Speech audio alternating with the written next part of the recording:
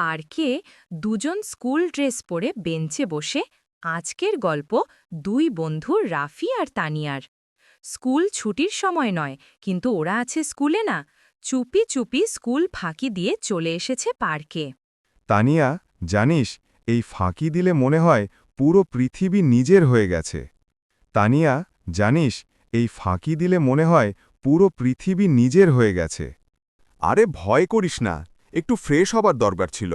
Class, homework সব মাথা গরম করে দেয়।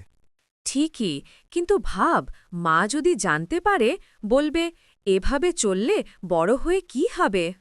ওই দিকটা দেখ, মনে হয় স্যার। এখন আর বসা যাবে না, চালু করে ওঠা যাক।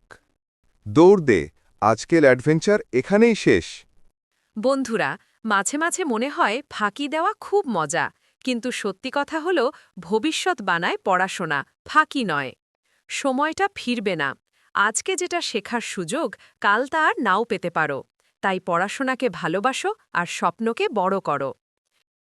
এমন শিক্ষামূলক গল্প পেতে আমাদের চ্যানেলটি সাবস্ক্রাইব করুন। ভালো থাকুন, সামনে এগিয়ে চলুন। আল্লাহ হাফেজ। বর।